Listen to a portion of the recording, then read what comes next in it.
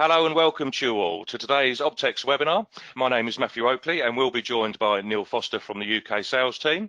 Today's presentation will be 30 to 45 minutes and today we would like to discuss with you the OPTEX external security detection application and considerations.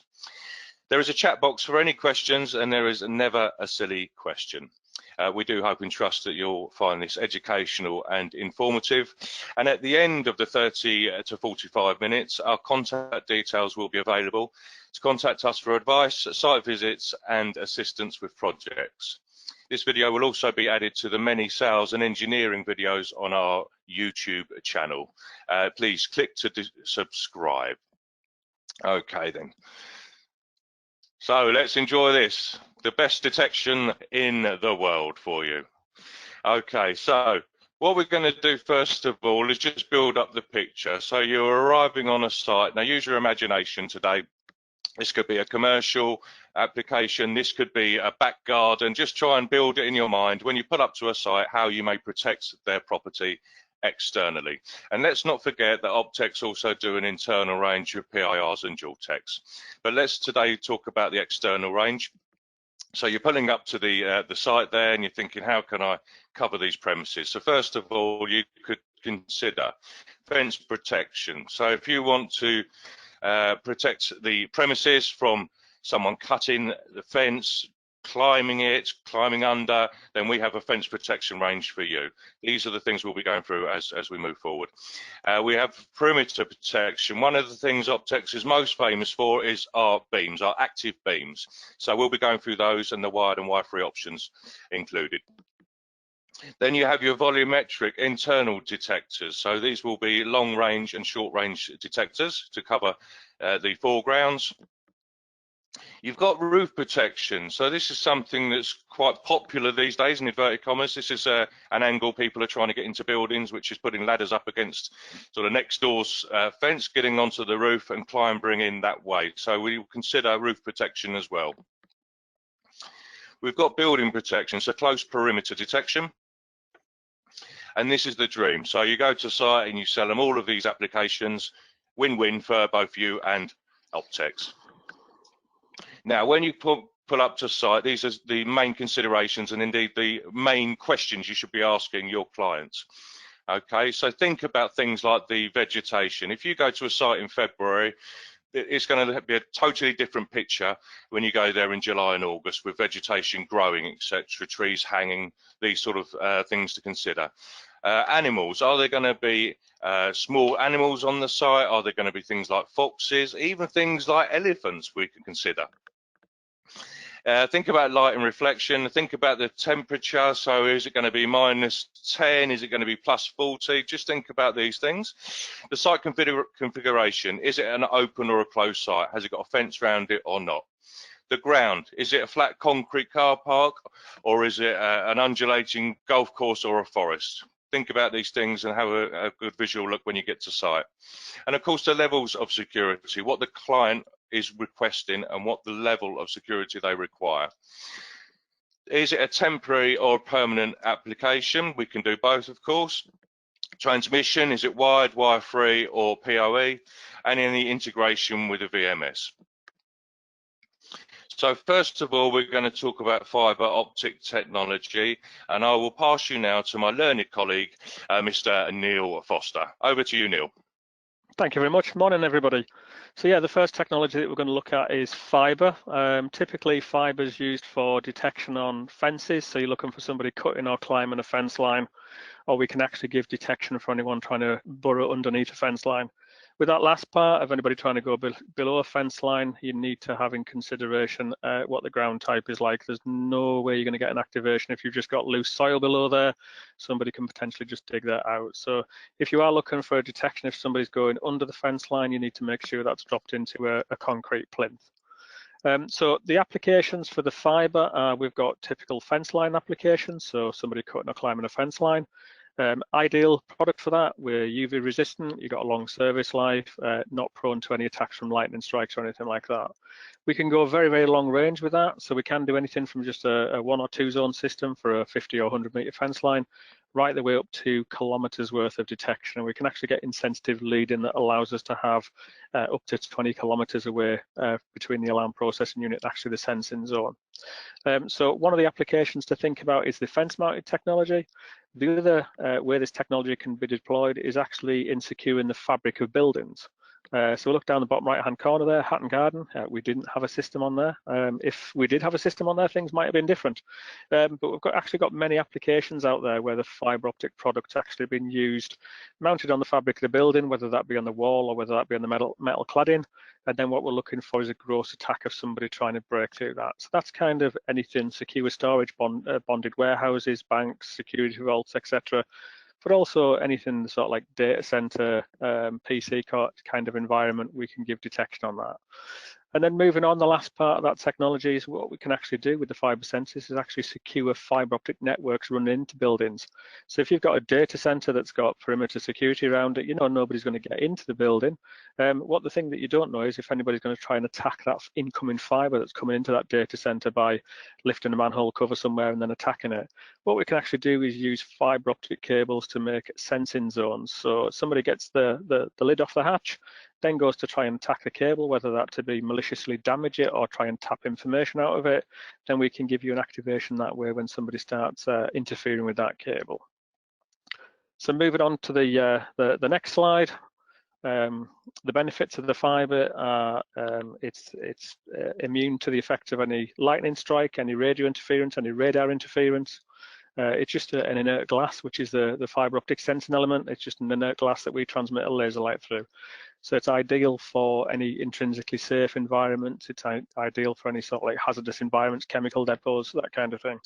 As I said, it's immune to the effects of lightning strikes. The last thing you want is a lightning strike onto a palisade fence, for example, that being induced into the cable and that traveling up a copper cable and blowing up your alarm processing unit. With the fibre cable, you've never got a chance of that happening. Again, we don't transmit, we don't pick up any electrical interference, radar or radio interference. So it's ideal for any harsh environments, electric switch sites where you've got high voltage static, any kind of radio transmission sites where you've got radio transmissions on there. The cable, by its nature, with it being fibre optic, it's corrosion free. So at the time of install, if you get a little nick on the cable, you're going to get a little bit of water ingress there. You're never going to get any degradation of the fibre optic cable. A lot of copper-based systems, if you actually look at the small print on them, they'll all quote that you've got to change the copper cable after every 4 to 5 years. Again, that doesn't apply for the fibre system. There's no copper element, there's no corrosion element there. So we can give you a very, very long service life, typically around about 20 years when you've got the cables installed in a conduit out on a fence line. And the other thing to bear in mind is the system actually requires minimal maintenance. So once you've actually installed your fibre optic cable, you just need to go along every 6 months and do simulated cut tests and climb tests, make sure you're getting the activations. We've got many systems that are out there that just sit away, churn away and do their job. You don't have to keep going back and tuning the system to tune out any false alarms. It'll just sit there very stable on the fence line. So when we start looking at applications, there's lots of different fence lines that we can use. So chain link is thousands of kilometers of chain link with this product in the United States Air Force. So this product's designed originally for United States Air Force and is rolled out across the majority of their sites. So there's thousands and thousands of kilometers of chain link fencing. It can also be used for all other types of UK fencing. So we can have it on palisade, we can have it on security fencing. You can do lots of weird and wonderful things. So we can put it on outriggers on the top of concrete walls. As we've said with the data center applications, we can do it on perimeter walls, whether that be external walls, internal walls. You can also do it on rooftops, and it's ideal for sort of like storage and bank vault kind of applications. Again, moving on to the next slide, the considerations that we need to look at. I think my presentation is just a little bit slow there, but the considerations, you've got to look at the fence type. So one of the things that you need to bear in mind is all of those different fence types that you can see there will all conduct vibration in totally different ways. So the acoustics of a cut or a climb that you're going to get, or the vibration of a cut or a climb that you're going to get on there are all going to be totally different. So when we go to do that site survey, we need to look at the fence fabric, and where we've got chain link in one area and palisade in another, then ideally they need to be in different zones so we can maximize capture rate and minimize false alarms. If we then move on to the fence conditions itself, you need to make sure that your fence is going to be in a good state of repair. So again, looking at these fences that are on here, neither of those fences, well, ideally you won't be going to a site to look at those, but neither of those fences are going to be suitable for a fence mounted system. One of the things to look for is palisade fencing. You can think that that is an ideal fence for mounting the system on, but you do actually need to double check and make sure that you haven't got any loose palings in there, because if there is, they're just going to pick up the wind and they're just going to rattle in the wind. The other thing to bear in mind is vegetation. So where we get vegetation growing through fence lines there, any wind that's going to be on there, that vegetation is going to start moving around. It's going to be banging against the fence line, and again, it's going to cause interference. We can start and filter all that interference out, but the problem that you get is the more filtering that you put on to filter out that background noise, the less chance you have of picking somebody up as they try and climb over that fence, for example. We then need to look at actually climbing risks themselves. So there's lots of climbing risks out there. There's buildings that might be next to the fence line. You know, it might be that somebody can actually lean a ladder up against a building inside that fence line and climb over the top. But one of the things that we're noticing a lot more is actually gates themselves. So on this gate that's here, there's 3 or 4 different areas that we need to look at concern.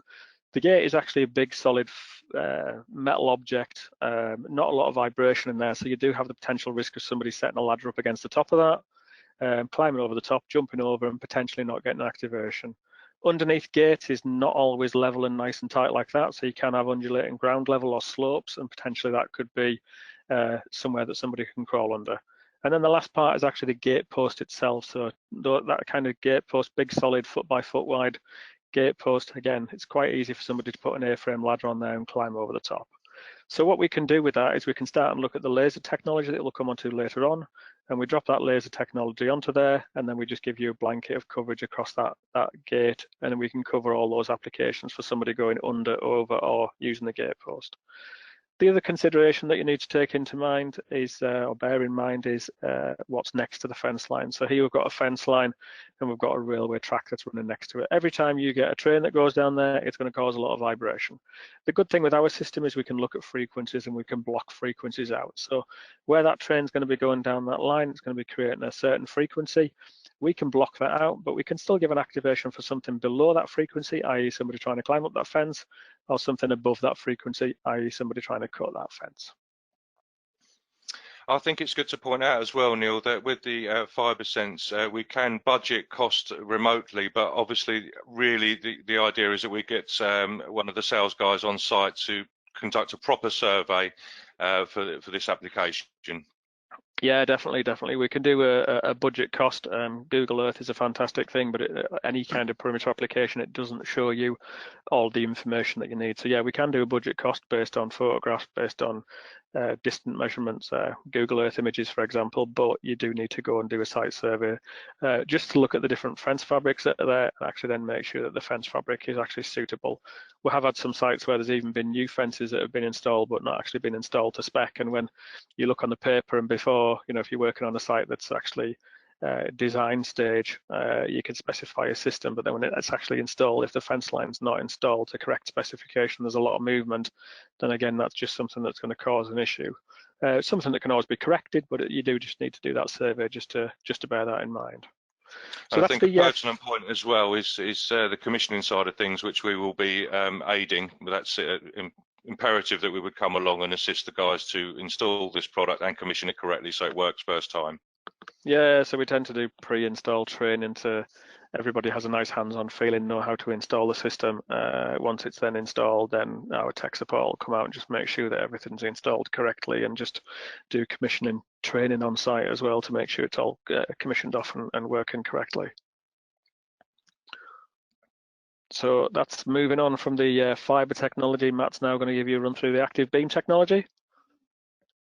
Okay, so yeah, over to active beams. This is what OPTEX is very famous for. Certainly before I joined the company a few years ago, I knew all about the beams from years ago installing these, and I always thought they were wired beams, but you can actually get wired or wire-free options, a PoE version. So a really good solid product, active IR beams. And what you're looking at is a virtual perimeter line. So if you have a look at the image there, you can cover the top of a fence, for example. If someone were to clamber up that fence and try and get over, then the active beams is a good solid detector to pick people up. You can go up to 200 meters on a wired detector.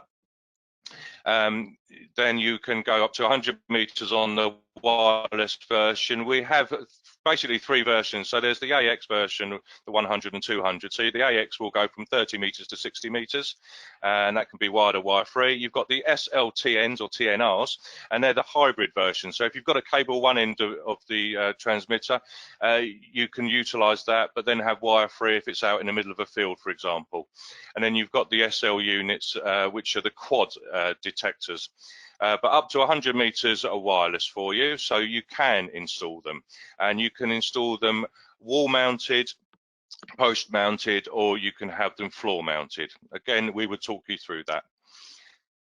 So they're an excellent open perimeter protection, and it's a really good first alert for you. And if you look at the images, those are our pre-built beam towers. Again, we do the pre-building for you. We wouldn't want to send the bits to site for your engineer to try and put them together and make sure they all work. We can do this for you in-house, have them sent to site ready for the guys to, as I would call it, screw to the wall and commission, and they're ready to go. These are a very, very solid detector for you. As you can see by the images, you can have the odd pigeon go through, that's not a problem. And we have the dual beams, which are the AX version, as I say, or the quads are the SLs.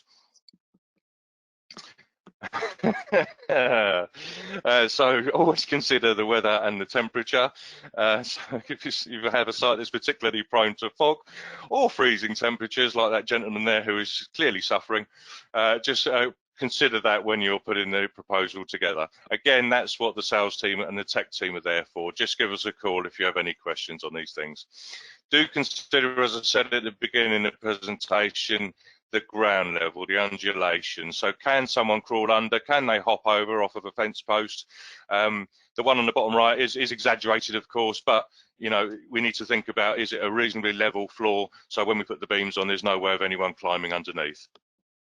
And your power and connectivity, as I say, for the beams, you have 3 options. So you've got wired. If you've got cabling in place, that's fantastic. If you've got wireless, that's not a problem at all. There's a wireless universal transmitter as well, which will work to any control panel for you. And we've got IP and PoE for you.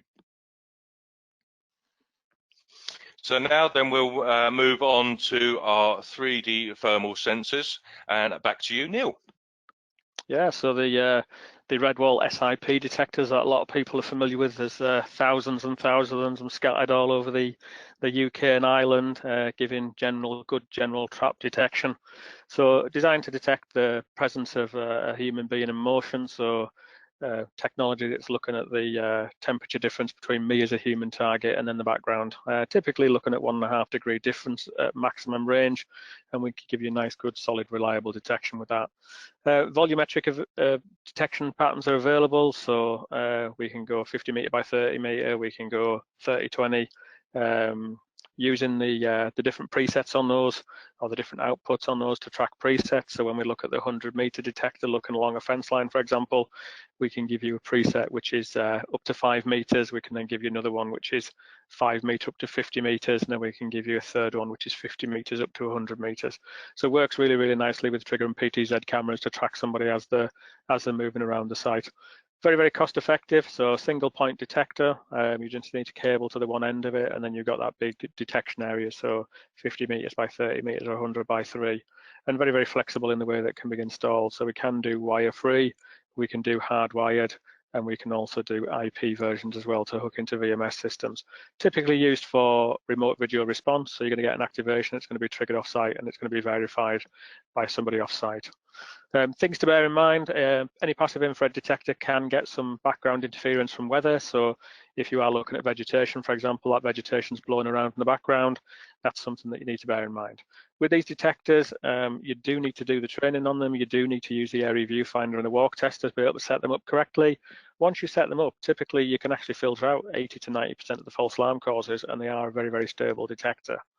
The other considerations you need to take in mind is you need to look at the ground levels. So if you've got that ground sloping up there, then it's going to reduce the range of the detector.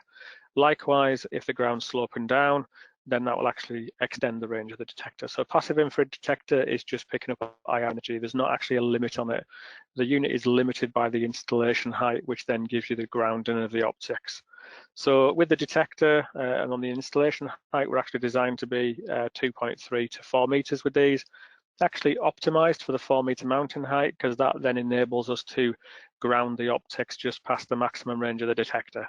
So that detector that's sat on there is a 100-meter unit. So where we get the target at 100 meters, then those OPTEX will ground themselves just beyond that, and that stops the detector from overranging. So that's one of the key points in actually setting a detector up.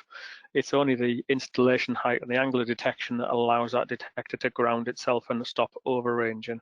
So the setup is really key on that. Moving on to the power and the connectivity, again, we can do the hardwired version, so the full range of SIPs are available in hardwired and also the PoE version. And the shorter range products, so the 3020, the 4010 and the 40x4 are also available in wire-free versions. So that's ideal for a site that might have an installation on it and you go back sometime later, they want to add an additional detector, but it's over the other side of the tarmac compound that's out the back of the site. So what we can do is, rather than doing a lot of civil works and digging that up, we actually do wire-free transmission. You can install that detector in the location that needs to go in and then just use that wire-free transmission to get that back to the site and hook it into the existing CCTV system. So animals and vegetation, we've already kind of covered the vegetation side of things, but on the animals, you do need to bear in mind that these detectors can pick up a human being crawling along the ground. So that's one of the advantages. One of the disadvantages is if you get 4 or 5 or more rabbits in a particular area, then potentially you're going to get that as a false alarm cause. There's always a fine balancing act with any kind of external detection between capture rate and false alarm resistance. You want to be able to capture your human target, but you want to be able to resist false alarms from animals, for example. But if you get a large clump of rabbits that are all in the same area, that's not dissimilar to somebody trying to crawl along the ground. So it is potentially that you're going to get an activation. But again, these systems are typically remote video response systems, so it's going to go through to a control room, and that person is then going to be able to verify what that's actually caused that activation. And just to reiterate, Neil, the online training is free. It takes about 30 minutes of your time and certificated as well. But it's imperative with the Red Bulls that you purchase the SIP-AT tool. Yeah. Yep. So with that, you get the area viewfinder. So that's just a little plate that you put in the front of the detector, and it'll actually show you, the engineer, the exact layout of where the detection patterns are. You can then plug in the walk tester and you can walk test that to make sure that the detection's falling in the areas that you want and you're not actually getting any of that overranging that we mentioned earlier on. So yeah, the walk testers are key. Okay. So moving on to the yeah, go on. Sorry, Matt, I was going to say, moving on to the higher mount detectors. So we've got the HX and the QXI series. So again, what we tend to find on a lot of applications, even when we're doing the remote video response, that we get a lot of the red wall applications, but there's always areas, you know, around the back by the bin store, for example, where you need a smaller detector. So we have the HX and the QXI, which are shorter range detectors, typically 12 meters. Wide angle 90 degree. Benefit with these, because of the optics and the way that they're laid out, we do have small animal tolerance, so you can have those 5 or 6 rabbits running around, you can have cats and dogs walking around, and you're not going to get false alarms with these. So these are ideal for installation, for fill-in, used on a lot of residential applications, but also used in a lot of commercial applications, even to the larger commercial applications where you get those little fill-in areas that you need to cover. So high mount height, 2.5 to 3 meters typically. And the good thing with these detectors is very, very easy to adjust the detection pattern and mask it out. So you can very easily reduce the range on them. You can very easily reduce the width and mask particular areas out that you might be prone to false alarms. So another nice little product just to have in the tool bag and bear in mind is the HX and QXI that will complement the RVR sort of system on the larger commercial, or come in nicely for the smaller commercial and residential applications. And again, these are available as hardwired and also wire-free products. So I think Matt's now going to go through the little shorter range, lower mounting height products, which are also very, very useful. Thank you very much, Neil. Yes, we sell an awful lot of these two here. These are good entry-level detector for you. So bottom right, for example, is something called an FTN, a fit detector. That's a short-range curtain detector from 5 meters down to 2 meters. Again, as Neil just said, you can adjust these sensors to suit. A great little application for these, and we're selling an awful lot for this application, is to cover a front gate, a back gate on a residential home, for example. So you can always go back and talk to your existing client base and upsell them and tell them you've got something new. And what you do with this is just put it on chime. You don't even need to have it alarming. You can just have it on chime, and you get a little ping every time the postman turns up. And I won't name names, but if you're getting a delivery and they said they've called, you can tell if they have or not. So little things like that, or maybe covering your shed with your expensive bike, or your garage with the Ferrari parked inside, all sorts of applications. But that's a really nice, neat little detector called the FIT, the FTN, on the bottom right. Bottom left-hand corner, you have the left and right BXS detector. Again, very popular because it's very aesthetically pleasing. It's Italian design. You can have different colors on the lid there, so you can have white, black, or silver. And just to note as well, all detectors can be Aral colored. So whatever color you would like, just specify up front and we can get it painted for you and sent out to you ready to go, whether it be the same color as a brick wall or some green foliage, whatever would suit the client.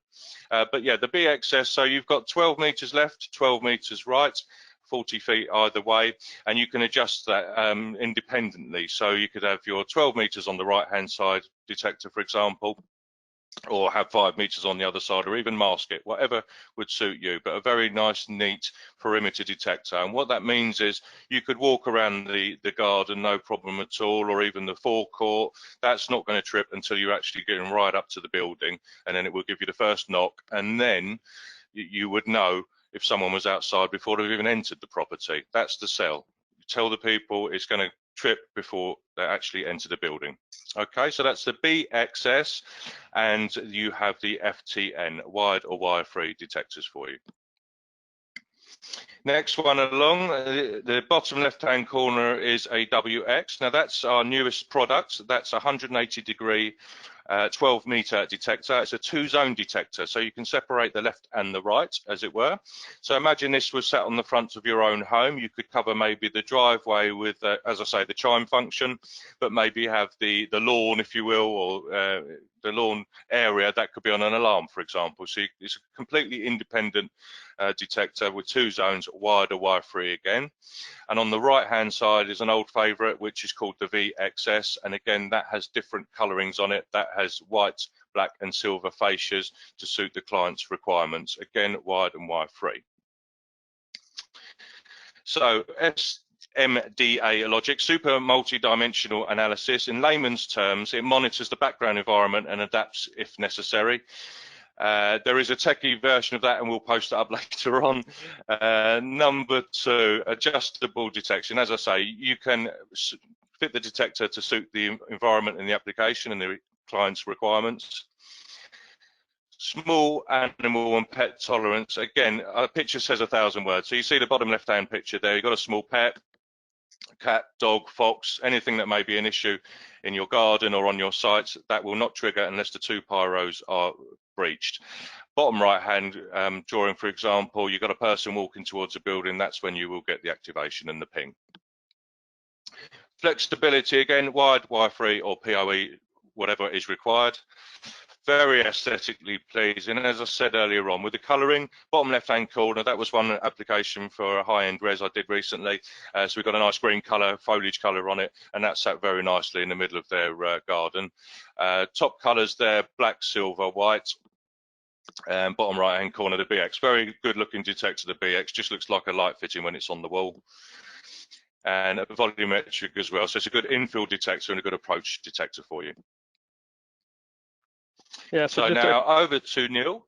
Sorry, Matt. I was just going to say just a couple of things on that. On the wire-free side, we do our own wire-free transmission, but we can, if you're looking to put it on an intruder alarm panel, we can actually work with any of the majority of wire-free intruder panel manufacturers and put in their transmission to our detectors, so you can have the nice reliable detection outside and hook it through to the existing intruder manufacturer or intruder panel manufacturer that you might be using. So that's something to bear in mind. And then with regards to small animal tolerance, it's something you've really got to see to believe. I've got these installed at my house. Anybody that's seen any of my test videos, I've got 5 or 6 cats that are always running around. I've got 3 dogs that are running around, and these sensors just do not false alarm. But yet when I go walking out, it'll then create an event for us. So whether that be switching lights on or triggering through the CCTV. So it's something that you really got to get them installed, and then really appreciate the performance of these detectors. But rather than just hooking through to CCTV for local monitoring, what we've actually brought out now is app-based monitoring as well. So we have the OPTEX Vision app, and we've brought out the unit that you can see on there, which is a VXI-C mod. So the VXI-C mod will just sit on top of the VXI detector. It will take its power from that detector, and then what you can do with that is you can then use that VXI-C mod, hook it onto your Wi-Fi network, and then anything that causes an activation on that detector will then be picked up by the camera and then transmitted through the Wi-Fi, through your broadband, and then can be delivered to the app for you as a notification. So the camera on that is a lovely little camera. It's a 180-degree fisheye, true day and night, IR illumination on it. So that's a nice little add-on. So if anybody's doing little residential applications, fighting in the market of the 2 or 3 other companies that are going to be quoting for the same job, if you can go along and give some added benefit in a VXI detector with the C mod on outside, stick it in the back garden, protecting the garden furniture, the garden shed, whatever it may be out there. If anybody does come along, they're going to get an activation pushed through to the app notification. So if that's something that you're offering which other companies are not, then it can help you secure the sales in your general day-to-day business.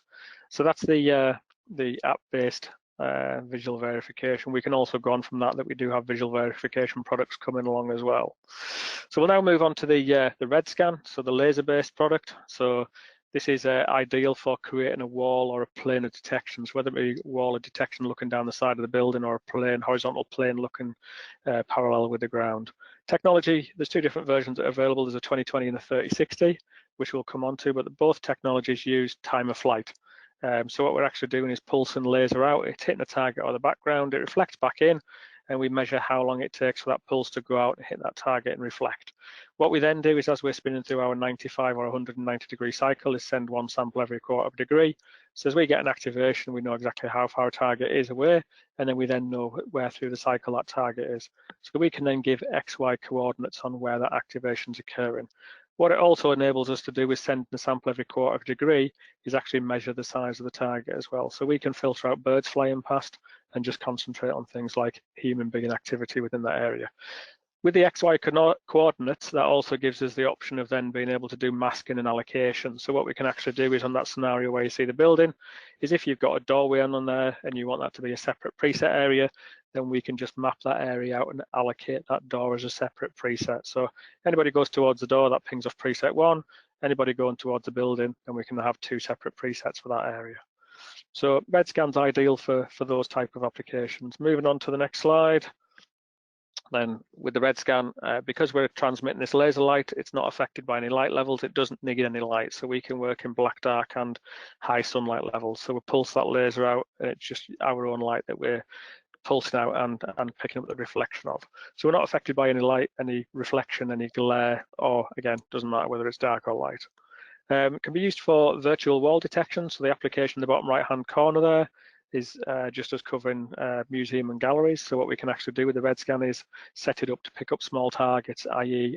50 mil, somebody's hand going towards a painting, and we can set up those hotspot areas that you can see there. So the 4 different red areas on there, the 4 different zones would be 4 different paintings that we might want to protect. And the thing with the red scan is you can mount it up in that top left-hand corner there, and because it gives you 20 meter by 20 meter at 95 degrees, it's actually going to cover all of that area, just that one single device. So you can now have the presets, have a camera set further back that can zoom in on that. If you tried to do a similar sort of thing with cameras, you'd need 2 cameras up there to try and give the same sort of detection. So we can also do horizontal detection. So the horizontal detection can be used for the top right image that you can see there, so covering the entrance towards the premises, but can also be used for covering roofs, can be used for covering skylights.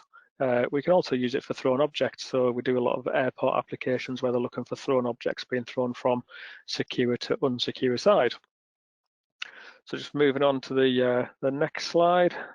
So this is the 3060. So with this unit, it gives you 30 meter radius at 190 degrees, but we also have the option to extend the range and go to a 50 meter radius. We can give vertical or horizontal detection with this, or we can actually give it any angle between the 2. You've got automatic area set, so when you set the unit up, you ask it to do an area learn, and then what it'll do is just scan the area that it can see, and it'll set that up as its predefined boundary, which you can then adjust as required.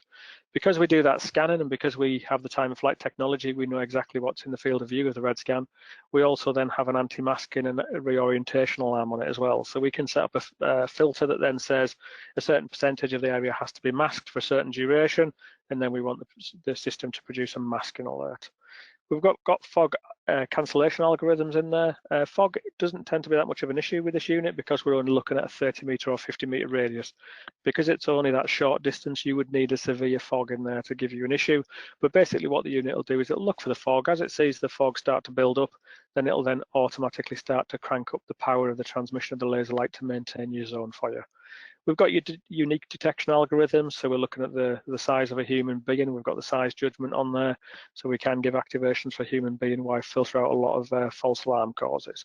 And we can also have a lot of different settings on there, so we can go from outdoor settings to indoor, indoor thrown object, indoor wall topping scenarios with that as well. So very, very flexible in the applications that it can be used for. And we're now just going to go on to go through a few of those applications. So this is a fence line application. We've got the red scan mounted at the top of the fence there. And then what we can do with that is just angle it way down the fence, from the fence, and then we can set up that area of detection. So that might be for advanced notification of somebody heading towards that fence line, or that might actually be the inner fence on a higher security site, and you've actually got the outer fence, and that's the sterile zone. So you can actually angle it from the top of the inner fence to the base of the outer fence. So that's going to give you detection in case anybody tries to bridge between those two fences. Moving on to the next one, we're going to look at a warehousing facility or a compound facility. And what we've actually got on this one is there's a car park to the right of that fence line and then the secure site to the left-hand side of that. So this is a typical scenario where you might have looked at active beams or you might have looked at fence-mounted detection. If you looked at a fence-mounted detection, it would give you an activation if somebody's cutting or climbing the fence. The problem that you've got is if somebody reverses a vehicle up through that car park towards that fence line, climbs on top of that vehicle and then jumps over the fence, you're not going to get an activation. With the red scan, we can mount it at 4, 5, 6 meters high, and we can just have it looking down the face of that fence line. If anybody does that attack of reversing the vehicle up and jumping over the top, we're still going to give you an activation. Likewise, if anybody does attack the fence and jack the palings open as they go through there, we'll give you an activation. The other thing with that is looking at active beams. So if you did look to put active beams on there, with the fact you've got the fence line there, it's a potential climbing aid. So we're going to have to keep 1.5 meters to 2 meters back from that fence line. The problem with that on that site is, as you can see, there's vehicles on the left-hand side. So at best, those vehicles are actually going to reverse further back than that, and they're going to block the zone. So you're not going to be able to set that system at night time. At worst, they're actually going to reverse into the active beam tower and knock it over, so you're going to have to go back and refit it and replace it. So with this system, you install the red scan on the fence line at high mounting height, and you just have it looking directly down inside the fence. And we need roughly 0.5 meter between the fence line and those vehicles to give you secure detection.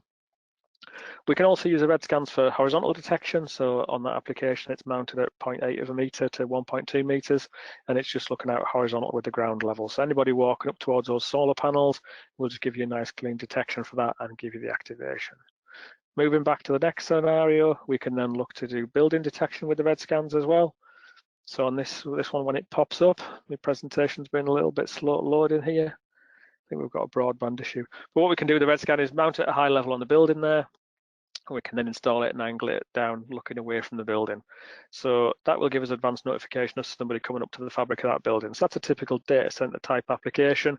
With the angle bracket that we do, we can angle it anything up to 45 degrees, so you can stand it off quite away from the building, or you might just want to put it looking parallel down the wall. And it's just really how much of a sterile zone that you want between the detection and the building. So on that one, we've just based it out to the that step that's there. So anybody coming over the fence and then trying to drop down, we'll give you an activation for that. Moving on to the next application, we're then going to look at rooftops.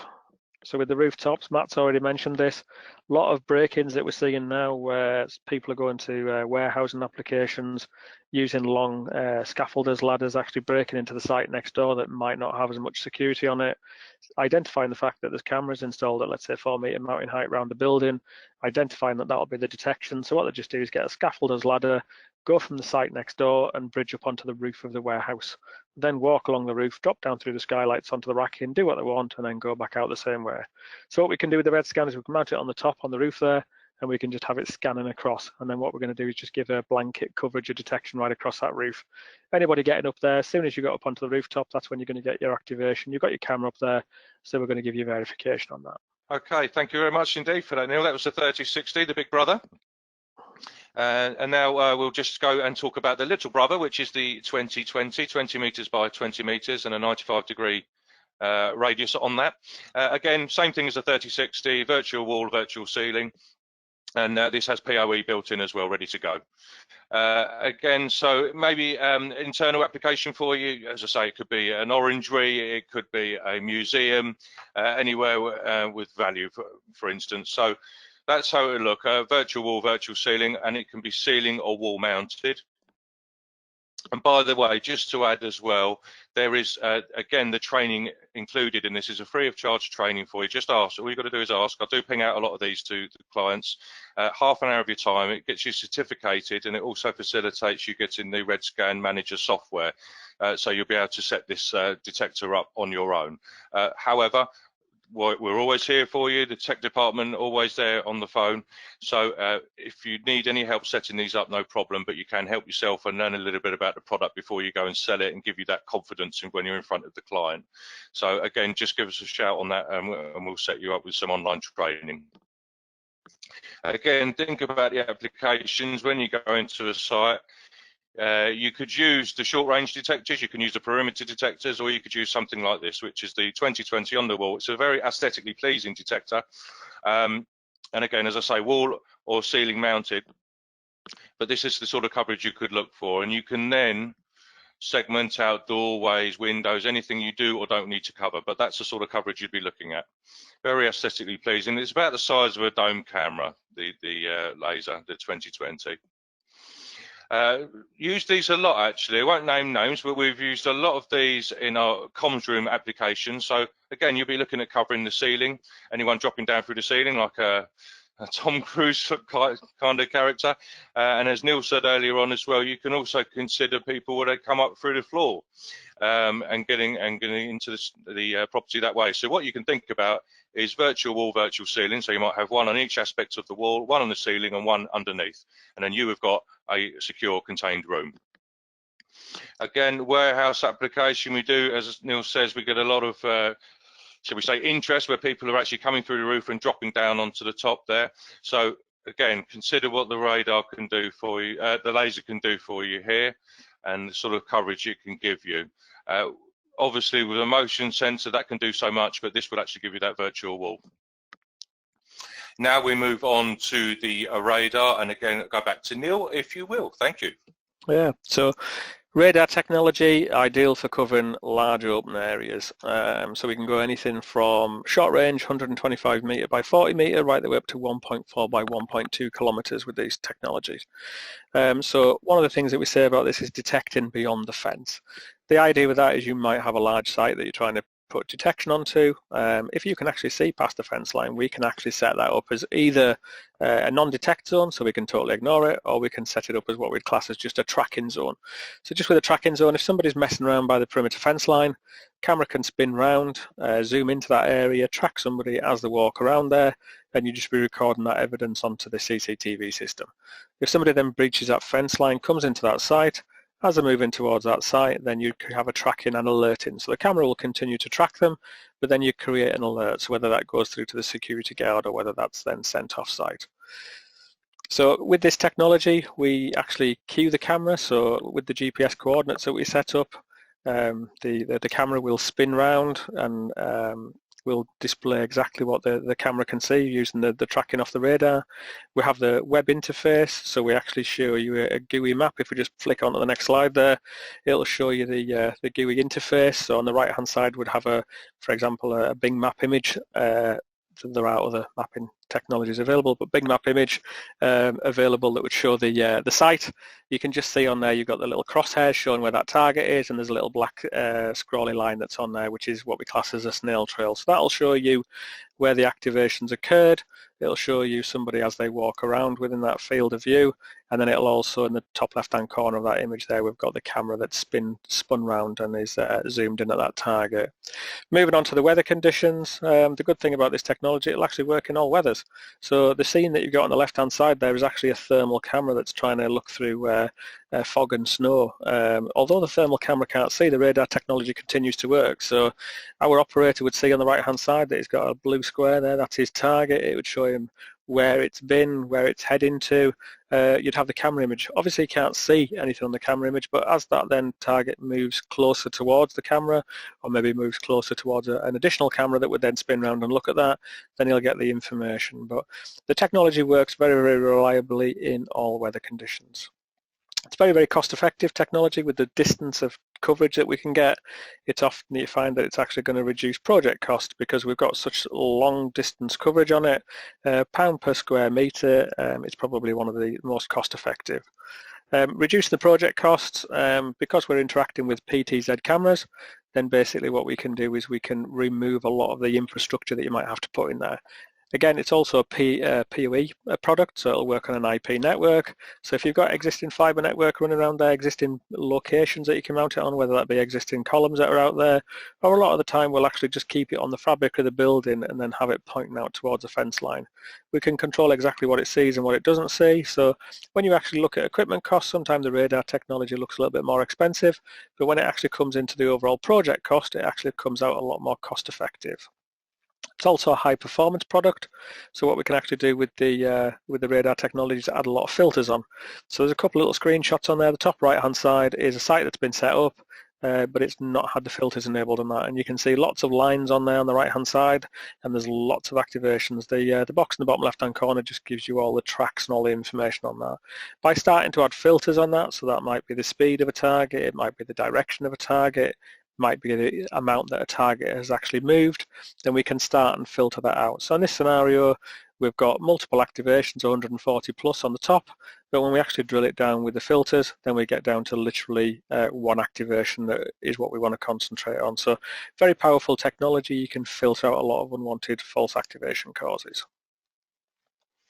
Okay, and now back to Neil with why should you be using a physical OPTEX sensor? Over to you, Neil. Yeah, so we see a lot of people that are, for whatever reason, are looking at other technologies.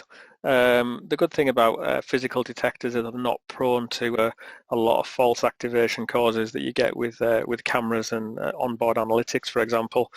Insects and spiders, that's a favourite thing. Cameras have always got a heat source in there, so they do generally attract insects and do attract spiders. So just a screenshot there, we've got an activation that's occurred and it's a nice big fat spider that's just walking across there. Doesn't matter what filter that you set up on there. You can look at target sizing, but on that it's the size of an elephant, so you're always going to get those activations. The other thing to bear in mind is shadows, so you can set up filters to say we're going to filter out that cat. So this is a site that it's actually working on. That cat walks across when light levels are higher and you don't get a false activation. The problem that happens here is a really low sun early in the morning, or if you get any other outside light source that's there, then that's going to cast a shadow. Typically we'll pick up that as a false activation. Again, with the physical detection, that wouldn't happen. Looking at weather conditions, again, you can get, especially with cameras with built-in IR, you can get reflection from, it might be snow, it might be rain that's going to cause false activations. The scene on the top right hand corner there, we've just got a hail shower that's come in. Again, you get different contrasts that are happening in the background, so we're getting false activations that have occurred there. Light level changes, one of the favourites is, again, you can set your site up to give detection through the day. At night time, you're going to get, if you've got vehicles driving past, you're going to get car headlights that are going to wash across that and create total different contrasts. If you get even worse, a rain shower that's happened and you're looking out over tarmac, you get lots of puddles that are occurring, headlights going across there, you're just going to get lots of different reflections. Again, it's going to be very, very difficult to filter that out. You can start and put That's more, a big issue, isn't it? The puddles, Neil. Yeah, and you can start and put more and more filters on, but the more filters that you put on, the more you're going to slow down the response. We're hearing some stories out there of people putting filters on and for different reasons. It's actually filtering out false activation causes. So it could be that you, typically any analytics you see is a nice promo video and it's in really strong daylight. One of the things that you get is in night time, you get different light level contrast. It might be that a target walks onto a site wearing black jeans and a white t-shirt. You get a really strong contrast and it concentrates on the white t-shirt. It's not the size of a human being. I'll not detect, so sometimes these things can just slow down the performance. Physical detection will just give you a nice reliable activation straight away. Again, looking at false alarm causes, you also need to look at missed alarm causes. So adding those filters on potentially going to miss activations. You then look at poor lighting levels on sites. So if you've got poor lighting level on site, again, commissioning a system during the day, fantastic, even lighting level. Switches into IR illumination, whether that be IR from the camera or an IR light on the CCTV, or sometimes you do get outside lighting sources that are going to actually switch the camera from monochrome back into colour. If that happens and you get a dark contrast in the background, again, chances are you're going to be able to get somebody walking across there without an activation. And then the last one on there is weather conditions. So that shot that you saw earlier on, the nice camera with the cats walking around, if you've got IR on that built-in camera and you've got a lot of rain on there, you're just going to get a lot of rain, a lot of reflections. If that camera can't see, you're not going to get an activation. Wonderful. Thank you very much indeed, Neil. So thank you all for your time. Are there any questions, Matthew? Yes, we've got a few coming. First one, going back to the beams, someone wanted to know whether there was an option to have them pre-built.